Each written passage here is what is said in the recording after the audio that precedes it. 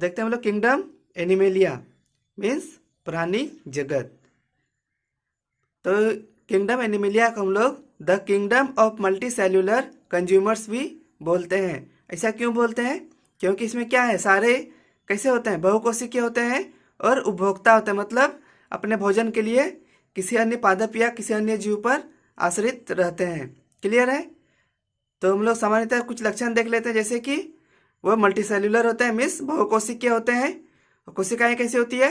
Eukaryotic होती है, मतलब उसमें सुसंगठित केंद्रक पाया जाता है और इनको मेटाजोआ के नाम से भी जाना जाता है।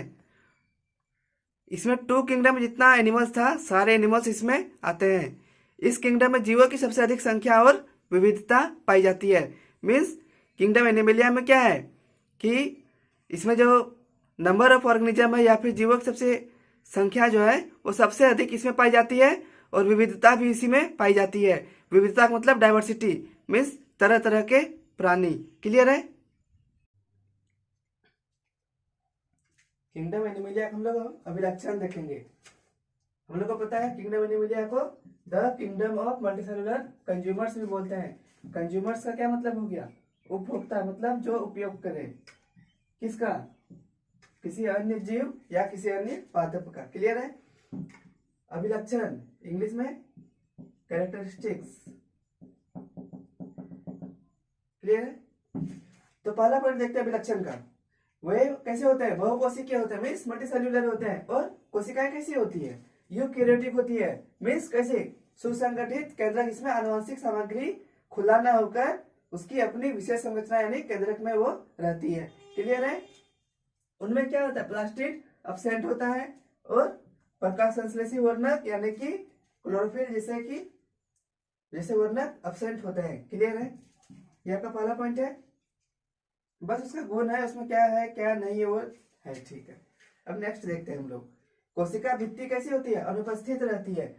जब कोशिका भित्ति अनुपस्थित रहेगी तो कोशिकाएं कैसी होगी? संकुचनशील मतलब कॉन्ट्रैक्टाइल। संकुचनशील means contractile. मान लिया ये कोशिका है, कोशिका भित्ति भी है, मान लिया पादप कोशिका मान लिया, तो बाहर में कोशिका भित्ति भी है। तो कोशिका भित्ति है तो क्या सेल्यूलोज की होती है, और जो चीज सेल्यूलोज की होगी वो कैसी होगी? वो हार्ड होगी। तो कोशिका क्या यहाँ पे मूव कर पाएगा? नहीं, वो एक चीज में पैक हो गया।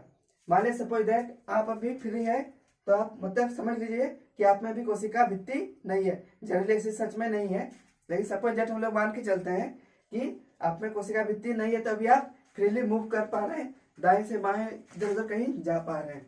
लेकिन क्या होगा यदि आपको कोशिका भित्ति जैसी संरचना आपको यदि एक बॉक्स में अलमारी में बंद कर दिया जाए, आपको चारों ओर कोशिका भित्ति बना दी जाए, तो आप क्या मूव कर पाएंगे? नहीं ना, आपको एक ही जगह पौधे की तरह स्थिर हो जाएंगे। यही कारण है कि कोशिका भित्ति नहीं रहने से जंतु कोशिकाएं कैसी होती है? संकुचनशील होती है। इसलिए ये जंतु क्या होते हैं? एक स्थान से दूसरे स्थान तक गति कर सकते हैं। मान लिया ये हाथ की कोशिकाएं हैं, यदि ये मूवेबल नहीं रहती, इसमें कोशिका भित्ति रहती, तो क्या मैं हाथ मोड़ पाता? नहीं मोड़ पाता। जब प्लास्टर यदि यहाँ पे कर दिया जाए या बत्ती से बांध दिया जाए तो हाथ मुड़ेगा क्या? नहीं ना। लेकिन यहाँ पे क्या है? कोशिका भित्ति हम लोग का नहीं है, तो हर कोशिका यहाँ पे संकुचनशील है, मतलब अपने स्थान पर वो हल्का मूव कर ही सकता है। तो इसी यही रिजल्ट है कि मेरा हाथ यहाँ पे मोड़ सकते हैं, हम पैर चला सकते हैं, मुंह चला सकते हैं। क्लियर है? जबकि स्पंज, आपको मैंने एक बताया था कि स्पंज कैसा है? स्पंज जो था वो गलती से प्लांट किंगडम प्लांटी में रखा गया था, जबकि वो क्या था? एनिमल किंगडम का जंतु था। ये कैसा था? यह एक ही जगह फिक्स रहता था। लेकिन जंतु का प्रॉपर्टी क्या पढ़े हम लोग कि जंतु क्या कर सकते हैं? गति कर सकते हैं। लेकिन स्पंज में क्या था? संकुचनशील कोशिका की कमी थी। क्लियर है?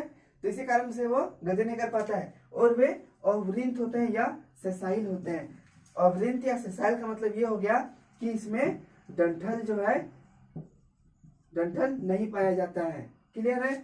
मान लिया कोई यहाँ पे स्पंज कैसे होता है? सीधा इसी में उगा हुआ होता है। क्लियर है? लेकिन जनरली क्या होता है, हम लोग किसी का भी देखते हैं उसमें एक तनिनुमा संरचना निकलती है, फिर पत्ती निकलती है, फूल निकलती है। लेकिन इसमें क्या है? इसमें कोई आधार पे इसका कोई डंठल वगैरह नहीं रहता, इसलिए इसको अवृंत या सेसाइल बोलते हैं। इसी वजह से इसमें क्या होता है, यह स्थिर रहता है। लेकिन स्थिर रहते हुए भी पादप फलागुन दिखा रहा है, लेकिन है किसका, एनिमेलिया किंगडम का जीव है। पॉइंट नंबर 3, इनमें तंत्रिका कोशिका पाई जाती है, मीन्स नर्व सेल या नर्वस सिस्टम इसमें मिलता है, इसलिए यह किसी उद्दीपन के प्रति तुरंत अनुक्रिया प्रदर्शित करते हैं। मीन्स क्या हो गया, यदि जंतु है, मान लिया जंतु कुछ भी ले लीजिए आप, आपके घर में कुत्ता बिल्ली गाय बकरी जो भी है, या खुद आप ही है, तो आप किसी को मारिए, जंतु को मारिए तो क्या होगा, जंतु यदि सीधा सपाटा है तो मार खा लेगा, और यदि वो थोड़ा बिगड़ेल है तो क्या करेगा, फिर आप अपना सोच लीजिए। क्लियर है? तो 3 अभिलक्षण देख चुके हैं हम लोग। अब बढ़ते हैं नेक्स्ट अभिलक्षण की ओर।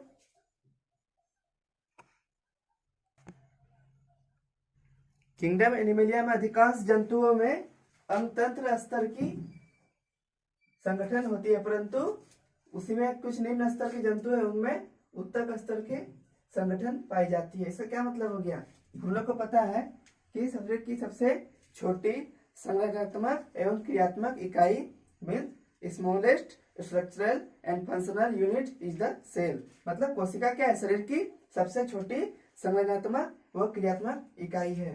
तो सेल क्या है, कोशिका, कोशिका से क्या बनता है, टिश्यू। सेल सबसे छोटी इकाई हो गया, उसके मिलने से क्या बना, टिश्यू। टिश्यू से क्या बनेगा, ऑर्गेन। ऑर्गेन से क्या बनेगा, ऑर्गेन सिस्टम। उसके बाद कंप्लीट बॉडी। मतलब कोशिका, उत्तक, अंग, अंगतंत्र और शरीर। मीन्स हम लोग का शरीर किससे बना होता है, अंगतंत्र से बना होता है। मतलब संगठन जो होता है हम लोग का अंगतंत्र स्तर का होता है। Level of organization is the organ system, English में बोला जाए तो। परंतु निम्न स्तर के जंतुओं में उत्तक स्तर की संगठन पाई जाती है। जब हम लोग जनरली देखेंगे तो क्या अंगतंत्र स्तर का मिलेगा, लेकिन कुछ निम्न स्तर के जंतुओं में उत्तक स्तर के संगठन भी पाई जा सकती है। नेक्स्ट पॉइंट देखते हैं, उनमें पूर्ण भोजी या अंतर्ग्राही मीन्स होलोजोइक और इंजेक्शन पोषण विधि पाई जाती है। कुछ जंतु परजीवी यानी कि पैरासाइट्स होते हैं, जंतुओं के ऊपर या जंतुओं के अंदर ये होते हैं। कुछ जंतु प्रकाश संश्लेषी प्रोटिस्ट के साथ सजीवी भी होते हैं। इसका मतलब क्या हो गया कि उनका पोषण विधि कैसा है, पूर्ण भोजी मतलब पूरा का पूरा वो पहले अंदर लेगा, पूरा पूरा अंदर मतलब ऐसा नहीं कि ऐसे बोला तो पूरा पेट में लेगा, पहले मतलब मुंह में लेगा वो, फिर उसको चबाएगा। मतलब जिसका जैसा पैटर्न है उस हिसाब से वो लेगा, लेकिन वो भोजन को बाहर पचाएगा नहीं, बल्कि वो अपने शरीर के अंदर लेगा। अंदर अंतर्ग्राही मीन्स इंजेक्शन, मीन्स उसको अंदर के ओर ग्रास करेगा, मतलब अंदर खाएगा। ये उसका पोषण विधि हो गया, पूर्णभोजी या अंतर्ग्राही। लेकिन कुछ जंतु कैसा होता है, पैरासाइट्स होते हैं, यानी कि परजीवी होते हैं। मतलब ये किसी और जीव पर अपने पोषण के लिए आश्रित रहते हैं। आपने सुना होगा कि माथे पे जू हो गया, जू मतलब स्थानीय भाषा में ढीला हो गया, ढीला, खटमल, ये सब क्या है, ये सब परजीवी ही तो है। तो ये सब क्या है, शरीर के ऊपर यदि जंतुओं में देखा जाए तो लीच होता है, ये जंतुओं के ऊपर हो गया, और कुछ जंतुओं के अंदर भी होता है, जैसे कृमि वगैरह होता है तो वो जंतु के अंदर होता है। क्लियर है? कुछ जंतु कैसे होते हैं, प्रकाश संश्लेषी प्रोटिस्ट, वैसे प्रोटिस्टा जो प्रकाश संश्लेषण करते हैं उनके साथ वो सहजीवी यानी कि सिम्बायोटिक रिलेशन बनाते हैं। इसका मतलब हम तुम्हारे लिए, तुम हमारे लिए। क्लियर है? जिएंगे साथ साथ, मरेंगे साथ साथ, यही होता है सहजीवी संबंध। बढ़ते हैं नेक्स्ट अभिलक्षण की ओर। सामान्यतः जो है किंगडम एनिमेलिया में जनन का लैंगिक विधि पाया जाता है, मीन्स सेक्सुअल मेथड। मतलब उसमें क्या होगा, गैमिट फॉर्मेशन होगा, मीन्स युग्मक निर्माण होगा, नरयुग्मक बनेगा। नरयुग्मक कौन है, शुक्राणु, मादा युग्मक अंडाणु, उनका फॉर्मेशन होगा, फिर संयुग्मन होगा, फिर उसके बाद युग्मनज बनेगा। उसके बाद वो आगे एम्ब्रियो स्टेज में जाके मतलब भ्रूण अवस्था में जाके वो आगे के डेवलप होगा। क्लियर है?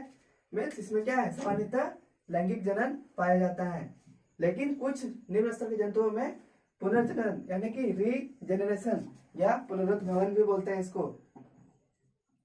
वह भी इसमें पाया जा सकता है। मतलब कोई जीव है, स्टार फिश है, इसको ना कहीं से भी काट कूट दें तो वहां से वो फिर से जनरेट हो जाएगा। क्लियर है? तो उसका निर्माण फिर से हो जाएगा। और कुछ बीजाणुओं का निर्माण भी करते हैं, मीन्स स्पोर फॉर्मेशन करके भी वो जनन करते हैं। इनमें क्या भ्रूण अवस्था यानी कि एम्ब्रियो स्टेज पाई जाती है। एम्ब्रियो स्टेज आपको पता होगा, नहीं पता तो जनन चैप्टर में ये क्लियर जाएगा, बस अभी आप इतना याद रख लीजिए। भ्रूण अवस्था किसी भी जीव की कैसी है, निषेचित अंड का, निषेचित अंड से क्या बना, युग्मनज, युग्मनज आगे जाके क्या बनाएगा, भ्रूण, उसी अवस्था को हम लोग भ्रूण अवस्था बोलते हैं। भ्रूण अवस्था में क्या होता है, हमारी सारी संरचनाएं क्लियर नहीं होती, लेकिन वो वहां पे फॉर्मेशन शुरू होता है, मतलब शारीरिक बनावट हमको दिखने लगता है कि हाँ वहां पे निर्माण होना शुरू हो गया है। नेक्स्ट देखते हैं, पारिस्थितिकी के आहार श्रृंखला के अनुसार ये उपभोक्ता होते हैं। हम लोग जब फूड चेन या आहार श्रृंखला हम लोग थोड़ा बहुत आइडिया होगा आप लोग को, तो उसमें क्या है कि हम लोग कोशिश करते हैं एक चेन बनाने का। आहार श्रृंखला क्या हो गया, जैसे कि ग्रास लैंड यानी घास, जहाँ पे घास है उसको कौन खाया, छोटा कीट खाया, कीट, कीट को कौन खाया, सांप खाया, नहीं कीट को सांप भी खा सकता है, और उस आगे एक और बढ़ जाएगा तो मेढक खाएगा, मेढक को कौन खाया,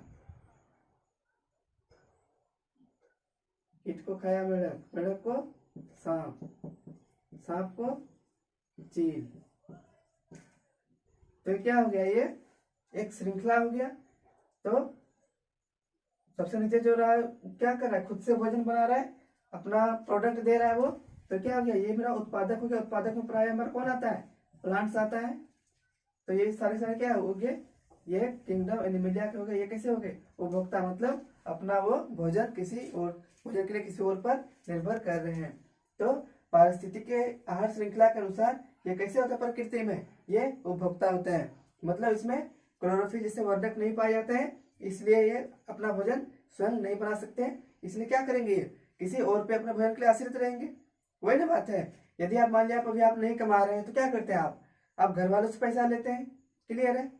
तो यहाँ पे आहार श्रृंखला में हम लोग देख रहे हैं कि जंतु जो होते हैं वो उपभोक्ता होते हैं, यानी कि कंज्यूमर्स होते हैं। अब हम लोग देखते हैं किंगडम एनिमलिया में कौन से जीव आते हैं।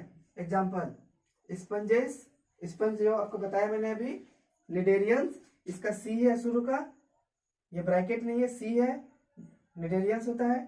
तो सी में, निडेरिया में सी साइलेंट होता है। इस तरह निमोनिया लिखेंगे तो उसमें पी साइलेंट रहता है, उसी तरह निडेरिया है, इसमें सी साइलेंट रहेगा। Coelenterates, flat, ground and segmented worms, means चपटे, गोल और विखंडित कृमि। वर्म का मतलब कृमि हो गया, मोलस्का हो गया।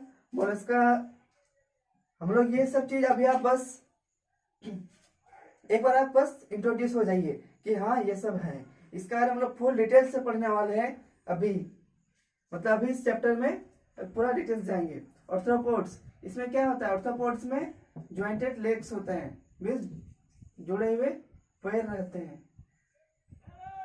जैसे केकड़ा कैसे आप लोग देखा होगा, तो ऐसे। और स्टारफिश, नाम है स्टारफिश लेकिन ये क्या है, मछली नहीं है, इसको याद रखिएगा। और कशेरुकी यानी कि वर्टिब्रेट्स, जैसे कि मछलियां, वर्टिब्रेट्स उसको बोलेंगे जिसमें कि रीढ़ हड्डी यानी मेरुदंड पाया जाता है। या उभयचर, उभयचर का इंग्लिश हो गया एम्फीबियंस, सरीसृप, इसका इंग्लिश होता है रेप्टाइल, पक्षी, बर्ड या एविज। और स्तनधारी यानी कि मैमल्स। आपको हिंदी इंग्लिश दोनों का आइडिया होना चाहिए, तभी तो आप स्मार्ट बनेंगे। ये सब इसमें सम्मिलित है। क्लियर है? तो किंगडम एनिमलिया यहाँ पे समाप्त होता है। अब हम लोग देखेंगे 5 किंगडम सिस्टम का क्या फायदा है और क्या कमी है। क्लियर है?